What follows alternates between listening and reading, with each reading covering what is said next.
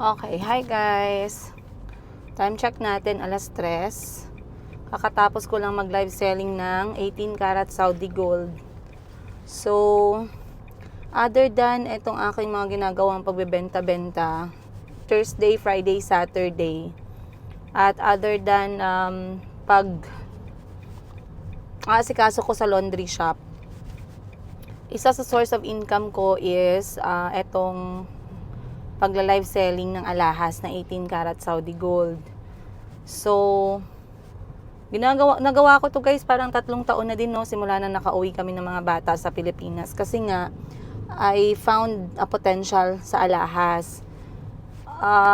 And timing na itong aking ate at kapatid ko, si Madam Sheena, at saka si Madam Ten Gives ay nasa alahas din na area. So if you are asking anong kaibahan namin, pareho kami nagbebenta, pareho kami mga negosyante. Madam Ten Gives is way up there. Pagdating sa experience at sa negosyo, mas siya yung pinaka-head, pinaka-advanced, pinaka-experienced sa aming lahat. And when I say experience, it's not only about positive, no? Ibig sabihin, madam, siya pala pinakamayaman. Yes, pero siya din ang may pinakamalaking talo, pinakamalaking nabagsak, pinakamalaking nawalan, pinakamalaking nalugi. Sa kanya lang lahat napunta yon. Alam niyo kung bakit? Siya yung pinakamagaling mag-risk. Siya yung arisgada, kung sa Bisaya pa, no? Pagdating sa negosyo. So, ibig sabihin, ang galing ni Madam Ten Gives dahil yan sa mga learnings at experiences niya. Okay? Kung nabagsak yung negosyo, ibig sabihin may learning siya, may napulot siya, may natutunan siya. Alright? So, the more na, ito kasi ang ano ng tao, no? Takot tayong mag-risk, pero hindi kasi natin naiintindihan na every risk na ginagawa natin, meron tayong mas malaki yung chance natin na either mag-improve or magbalik sa zero. Pag nagbalik tayo sa zero, iniisip agad natin na de-depress tayo, nalulungkot tayo, umiiyak tayo, nawawalan na tayo ng gana kasi bumagsak, hindi nag-work. Pero actually, if we learn na mag-appreciate, okay? If matutunan natin and we realize at talagang i-understand mo na pag bumagsak ka sa isang something, actually, it's not zero kasi meron kang natutunan, okay? Meron kang natutunan. At yung learning na yon, minamaliit kasi natin yung learning. Alam mo ba na hindi mo matututunan yung lesson na yan kung hindi ka bumagsak? How else are you going to learn? Sige nga. Are we going to learn from other people's mistake? Hindi naman eh. Matigas pa nga ang ulo natin. Alam na nating mali yung ginawa ng taong to. Alam na natin yung nangyari sa kanya dahil ginawa na yan. Hindi din talaga yung nakakapigil sa atin. Ginagawa natin yung mga bagay kasi we don't know how it feels yet na maging palpak tayo sa bagay na yan. Now, etong mga palpak natin or maling desisyon natin, it actually drives us into two results. It can actually cause us to either try again and do a different kind of strategy or stop completely kasi na-disappoint tayo. That's what I'm trying to say. Okay? So, let me go back kasi I really wanted to discuss with you guys itong negosyo nga na laundry business. Itong laundry business na to, mag-iisang taon na siya. Ngayong February katapusan. There's a lot of lesson na napansin ko na on 6 months yata, no? So, as you guys all know, malaki po ang puhunan sa laundry shop na negosyo.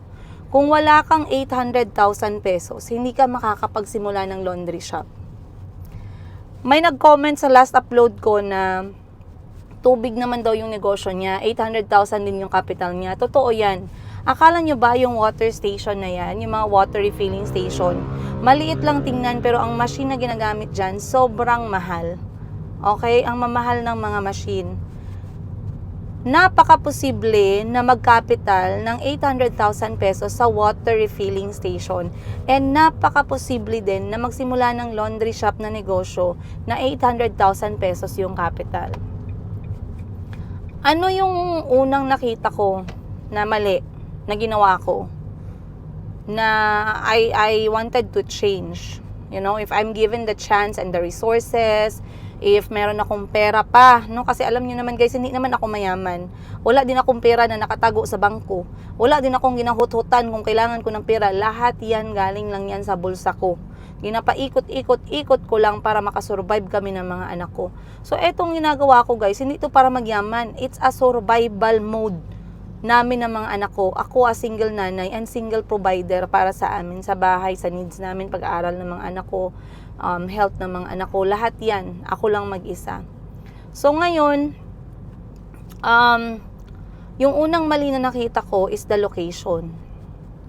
Akala ko nung una, yung laundry shop na negosyo, yung location niya, maganda kapag nasa community kasi nasa bahay, nasa area kung nasaan yung mga bahay-bahay. Well, that is true. It's actually good na nasa community, lalo na malaki na community. Okay? Pero kailan siya nagiging pangit yung location na community? Kailan nagiging pangit? Sasabihin ko sa inyo, kapag yung location na yan, syempre, given na yung location na may maayos na tubig, linya ng tubig, merong drainage, kasi hindi naman kayo papayagan na magtayo ng laundry shop ng provider ninyo dyan, kung sino man ang provider ninyo, na wala kayong maayos na drainage or wala kayong maayos na supply ng tubig. Kailangan yan. Okay? So, ang problema dumarating kapag sa isang community, marami yung bigla or sabay-sabay or kahit gradual na nagbukas ng kanilang mga laundry shop sa the same area kung saan ka nagsimula. Okay? Isang problema yan. Bakit nagiging problema? Of course, marami na kayo yung magbibigay ng ganyang klaseng service. 'Di ba? Hindi ka na nag-iisa. Ibig sabihin, masyadong mataas yung demand, pero masyadong mataas na din yung nagsusupply. Okay? Walang needs ng mahirap na mag-supply ng demand kasi ikaw mismo marami ka ng kakompetensya. Okay? Again, eto guys, mga learning lang to ng negosyo from the ground ha, kasi nakita ko lang talaga. Maintindihan mo rin siguro to kung talagang mag-focus ka, pero iba pag may negosyo ka na ganitong klase o anong klase ng negosyo ba meron ka, lahat yan malalaman mo on the ground. Kunyari, nagsimula ka ng manukan, poultry, nagsimula ka ng kambingan, nagsimula ka ng bakahan. Lahat ng losses, ng sales, ng challenges, matututunan mo kung nagsimula ka ng ganyang klaseng negosyo. Hindi mo yan matututunan kung may negosyo yung kaibigan mo, tapos bumibisita-bisita ka lang. No. It needs to be you na mag-handle mismo. It needs to be you on the ground para matutunan mo kung ano yung problema. Okay? So, yan yung pinakaunang problema. Ikalawang problema nagsimula. Makinig kayo mabuti sa akin, guys. Kaya ito mga problema talaga to, guys, na talagang na-realize ko at pinagsisihan ko talaga dahil nga hindi ko naman na-anticipate no, na mangyari pala yung mga ganito. Kasi iniisip ko, ang iniisip ko kasi, nung pagtayo ko nitong laundry, palaging magkakaroon ng needs ng laundry service kasi wala nang time yung tao maglaba. Hindi ko na-anticipate na pwede palang magbukas ang madaming tao ng laundry shop. So ngayon, yung nagbukas na, pumasok yung ikalawang problema. Ikalawang problema is, merong mga laundry shop owner na hindi naman sila nagre-renta. Naiintindihan nyo ba guys? Hindi sila nagre-renta, ibig sabihin, ang expenses nila mababa lang. Ibig sabihin, pwede silang mag-offer ng service, ng laundry shop service or laundry services na mura lang. And pag sinabi kong mura, mapapamura ka talaga. Paano pag ikaw nagsimula ka ng ganyang negosyo, tas nagre-renta ka? Hindi ka pwede basta-bastang bumaba ng presyo. For example, and let me be very specific, no? Let me be very specific. I started with 175 pesos na all-in na price sa laundry service. 8 kilos per load, okay? With wash, naka-dry na, naka-fold pa, may sabon, may Fabcon pa. Biglang may nagbukas na katabi ko ng laundry shop katulad ng service na binibigay ko. Sinimulan niya sa presyong 150 pesos all in. Ngayon, ikaw as user ka, nagpapalaba ka, Kahit pareho lang naman yung machine service, pareho lang naman yan machine talaga. Kung may factor man na pinagkaiba, konti lang. Siguro minsan puno dun sa kabila. Siguro minsan hindi mo nagustuhan yung amoy ng labahin. Siguro minsan maldita, pangit yung ugali, may attitude, yung nag-aasikaso, yung staff ayaw mo sa kanya. Dun, napakalaking problema. Kasi paano mo ngayon papantayan yung 150 pesos niya? Kasi hindi naman siya nagbabayad ng renta. Ikaw nagbabayad ka ng renta. Ngayon, another kadugtong ng problema na to, no? So, yung location natin, problema na yon. Yung nagbubukas, yung supply, madami na. Kompetensya. Meron ulit nagbukas. Yung nagbukas, guys, wala lang. Parang feel niya lang tama na sa kanya yung presyo na to. Okay? Nag-offer ng presyo 100 pesos or 100 to 130 pesos. Ano ang gagawin ng 150 tsaka 175? Nakikita nyo ba yung problema, guys? Kompetensya madami, okay lang sana sa kompetensya na madami, nagpapataasan kayo ng presyo. Hindi po ganun ang nangyari. Kompetensya na nagpapabagsakan ng presyo. Ang mangyayari niyan, binabagsak ng mga kompetensya mo yung presyo, ikaw mismo talagang magiging problema yan sa'yo. Kasi kailangan mo ding magbagsak ng presyo. Pero pag nagbagsak ka ng presyo, siguraduhin mo na nagme-make sense pa din yung negosyo mo. Guys, sobrang hirap magnegosyo. We are just talking about the business here, ha. Hindi pa tayo nag-uusap about sa technicalities, mga tax, mga ganyan. Lente na buhay to. Ang hirap magnegosyo, no? Hindi ka naman pwede nakatunganga lang, hindi man pwede na maging employee ka lang forever, magtrabaho ka alas 7 hanggang alas 5 ng hapon. Hindi man pwede ganun, lalo na kung negosyante ka talaga, kasi maliit na negosyo dyan, masaya ka naman ba? Sometimes it's your passion man ba, no? So ngayon guys, problema na yun. So yan talagang on the ground problems. It is an existing problem right now as we are speaking. And that is really what is happening. Not only in my location, sa ibang location din dito sa General Santos City.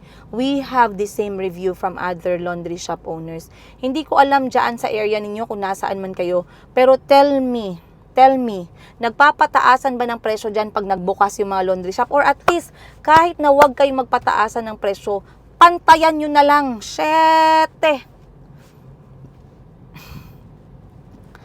Wag na kayong magpababaan, pantayan nyo na lang. Kung sino yung may presyo na ganito, 175, gawin nyo na 175 lahat. 'Di ba? Napakahirap guys, kapag yung mga nagbubukas, pabagsakan ng presyo, to be honest with you. Okay, so yan, kompetensya. Next, malaki yung capital ng laundry business, marami kang kakompetensya, yung kakompetensya mo, pababaan ng presyo, yung location mo, maganda nga, madaming nakatira, ang problema, marami ding nagpapatayo ng ganung klaseng negosyo. Okay, so ngayon, let's talk about those 3 things muna. Okay, sa capital na 800,000, ano yung mga negosyo na pwede mong buksan? Madami naman kasi ako nakapagbasa-basa din ako ganyan. Katulad sa akin na single nanay, pwede ka din magnegosyo sa bahay. Marami talagang negosyo guys, depende kung ano yung niche mo, ano yung passion mo. Laundry for me, I thought it's a solution to problems kasi kaya sabi ko, let me do this. And you see, sabi ko sa sarili ko, I was ready for the failure, to be honest with you guys. Sabi ko, if ang negosyo na to mag-fail, dapat kasi ready ka. Bakit yung mga tao nasasaktan? Bakit yung mga tao na de-depress? They always expect too much. They always assume too much. I know you are ready to fight for your business, pero not everything works out the way you want them to. Hindi lang ikaw yung may control ng bagay. Sa negosyo maraming factor. And madami sa factors na yan, hindi mo kontrolado. Okay? So, hindi natin naiisip yan eh. For you not to be depressed, pag may nabagsak na negosyo, nabagsak na kasi kahit sa relationship, sa marriage, sa friendship, no? Sa lahat ng bagay, marami kasi tayong mga expectations, marami tayong mga talagang feeling natin, succeed talaga. No! At mas madali i-process, i-manage yung failure kapag you know na there's a possibility to fail. You try your best to fight. You try your best to learn. You try your best to do something different. To fight for fight for your business. Pero like I said, napakadaming factor ng negosyo. And I'm talking, by the way guys, bakit kailangan nyo makinig sa akin? Kasi alam ko, marami pa sa atin yung may needs at may wants na mag-start ng maliit na negosyo. Kasi yan lang yung capital natin. Hindi naman tayo malaki like Gaisano Mall, SM Mall, hindi naman tayo malalaking Victoria's Secret, may mga pangalan. No, for them, they have different kasi syempre napakalaki na nila. But for me, alam nyo naman yung vlog ko from the scratch, single nanay, princess yiga, taga-kanto lang, ganun-ganun lang. So, yung akin talaga, from small talaga yan guys, no? So, pag may natutunan kayo, katulad ng sinabi ko sa inyo, ang dami nyong matututunan sa mga pinagpuputak-putak ko, to be honest, you guys.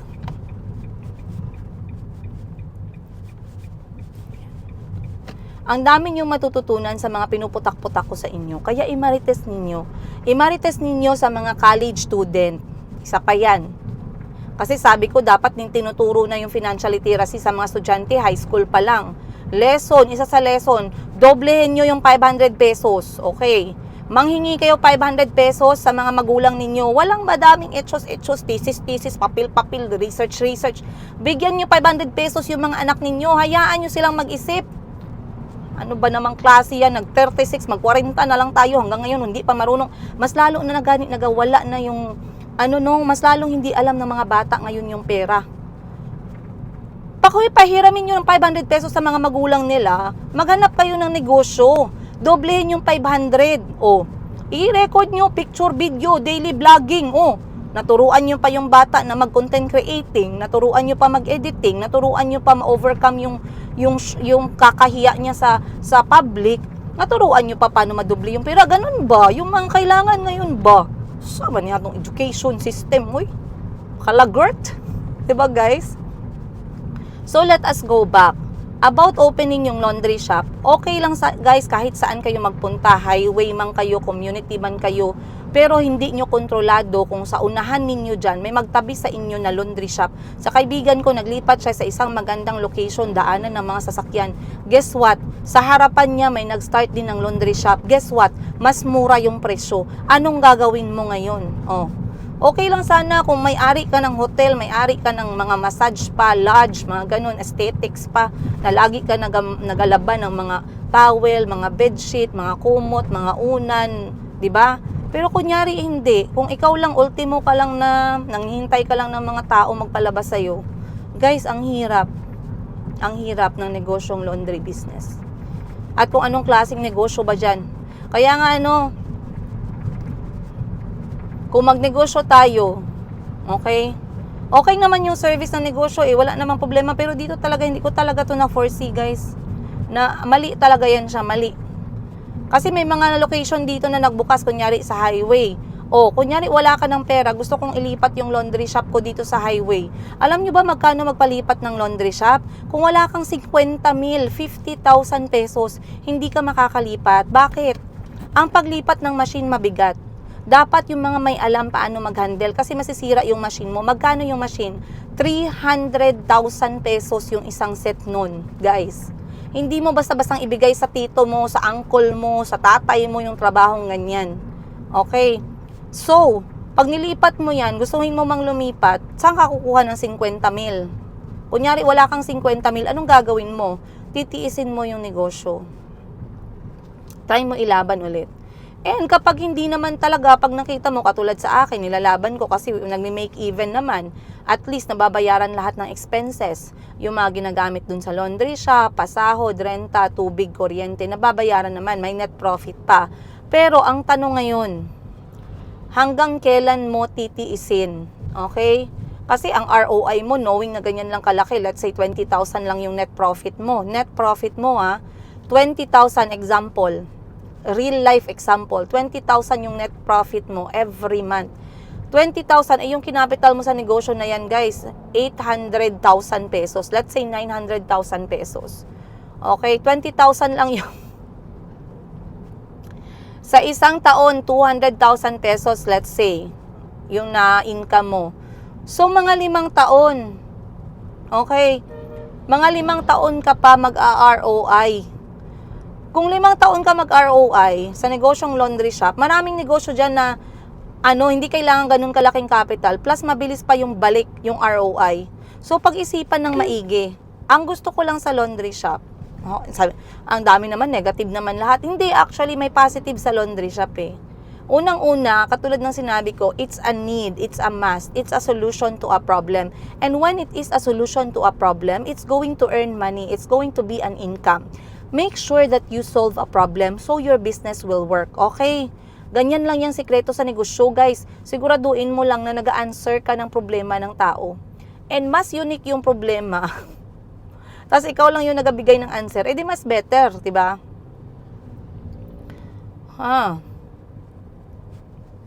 Number 2, ang nagustuhan ko sa laundry business is, hindi siya high maintenance na negosyo. Hindi siya high maintenance in a case na hindi mo kailangan ng maraming tauhan. Kasi napapagod ako guys sa napapagod ako sa manpower. Dahil may mga negosyo na talagang ang dami-daming tao yung kailangan. Maraming tao yung kailangan nila. And, pag maraming tao yung kailangan mo sa negosyo, talagang dapat marunong ka mag-manage ng mga tao mo. Example, negosyo ni Madam Ten Gives na convenience store. Lagi siyang papalit-palit kasi ngayon mahirap maghanap ng trabahante. Okay? Lagi kang nagtitraining. Lagi kang, grabe yung energy, lagi yung stress, laging stress. Pag marami kang tauhan. And I did not want that stress. Sabi ko, ayoko ng ganong stress. Kasi nga, sabi ko, try natin to. May nagbebenta dito ng break muna tayo.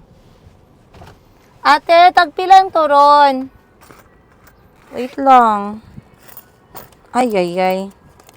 5, 10, 15, 20. 5 lang po.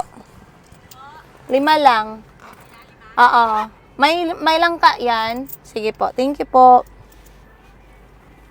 So, yan ang ginasabi ko guys, no? Pagdating sa negosyo. So, ang mahiwagang tanong, ipagpapatuloy ko ba yung negosyong laundry shop? Yes. Ipagpapatuloy ko siya until such point na talagang I would see na it's not making sense. Right now, it's okay. I would say it's okay. It's not something na really, alam niyo yun, talagang napakagaling at napakasaya ko na binuksan ko yung negosyo na yan. It's not that. Okay, hindi ganyan. Hindi ganyan yung feeling. But the feeling is, knowing that the money is there, the money was not lost. It's an income. Kasi ilang beses din kaming naisalbar ng laundry shop.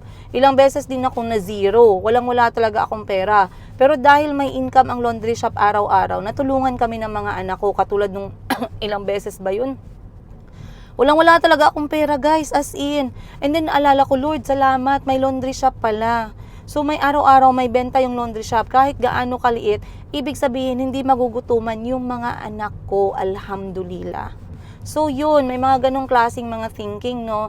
What I'm trying to tell you guys is I'm sharing with you my experience so you can actually think a lot about it. And nare-realize ninyo na hindi pala madali.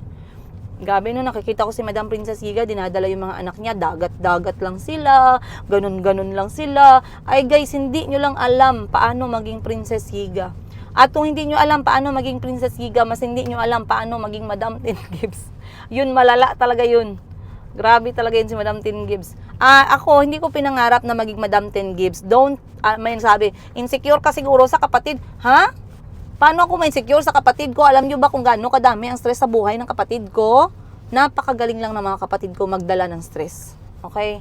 Ako, ayoko ng stress. Kaya sinasabi ko pa ulit-ulit sa inyo, huwag nyo akong sabihan, malayo pa, pero malayo na. Hindi, malayo na, tama na. Ilaban ko lang kung ano yung nandito ngayon. Kung hindi ko malaban, let go. Bakit may sugal yung mental health mo? Bakit may sugal yung mental health mo? So what? Mabenta ang kotse, mabenta ang bahay, punta kaming bukid. So what? In the end, guys, life is beautiful. That's what I know. Life is beautiful with my children. I am grateful. Just good health. So, nagchikahan tayo ng mahaba-haba. It was a very good chika moment. Let me know what you think. Pagalitan nyo ako sa baba, pagsabihan nyo ako sa baba, ano bang naisip ninyo. Sabihan nyo ako lahat dyan. And then, mag-usap tayo guys. Alright, paalam. Andyan na yung aking Calvi. Nasa harap ko na ngayon. Mag-ano lang ako dito. Mag-park lang tayo dito sa hindi mainit na lugar. And then, I guess I'll see you guys shortly. Salamat Lord. Alhamdulillah.